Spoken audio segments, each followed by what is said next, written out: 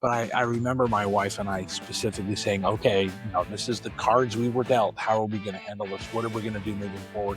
And creating that. And I hate to, it's almost cliche-ish, but that new normal, right? It's never going to be the same. But there is kind of a new reset, as you mentioned, where, okay, here's where I'm at now. Where do I go from here? And I think that's the big thing that it was interesting the other day. My wife, Victoria and I were talking about those transitions in life that sometimes are very hard to navigate from one. I can't do this anymore. So what am I going to do now to bring joy? What am I going to do now to do this?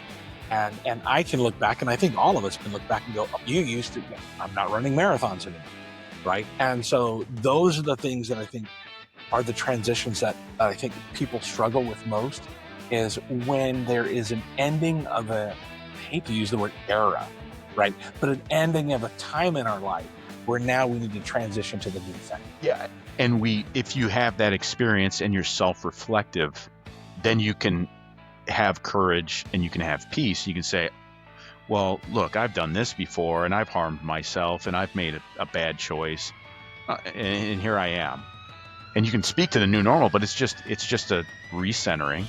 My life is different. I don't run anymore. Now I do pull-ups like a beast. So now there's that. So instead of using your legs, you're now using your upper body. Awesome job. So absolutely. And so besides the pull-ups are good because it stretches the spine a little bit and gives you probably some relief. A little bit. Yeah. I have, because after my accident, there's times my back gets tight and I'll end up going to the gym and I'll grab the lat pull down and I'll put it all the way to the heaviest weight I can get and just pull myself. I'm like, self-traction.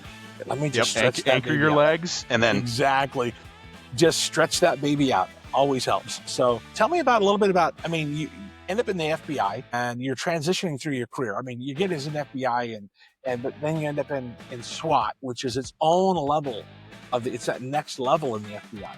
And there's a really strong, I would assume, and we hear this all the time, but I would assume there's a really strong brotherhood with those that you're in the department with, that are in your group.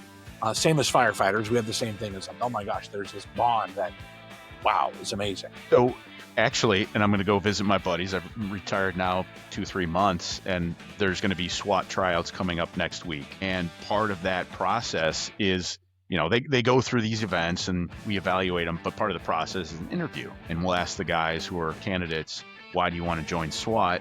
And the ones who have an idea say, I just see you guys and I see there's a camaraderie there that I want to be a part of. We'll think, yeah, that's the right answer. And then they leave and go, they don't even know.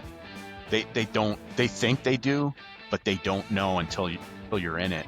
Because without glorifying or exaggerating, when you go through regular life and death situations with guys, obviously that's going to bond you. That brings you closer together. So the best people I've ever met are in the FBI, and the best people in the FBI are on SWAT because we've been there together. We've sat for hours in an armored vehicle waiting on things. We've done dangerous things together, and then we sit down and we talk about it later, not to decompress knowingly, but the sharing of those stories is it's a survivor story.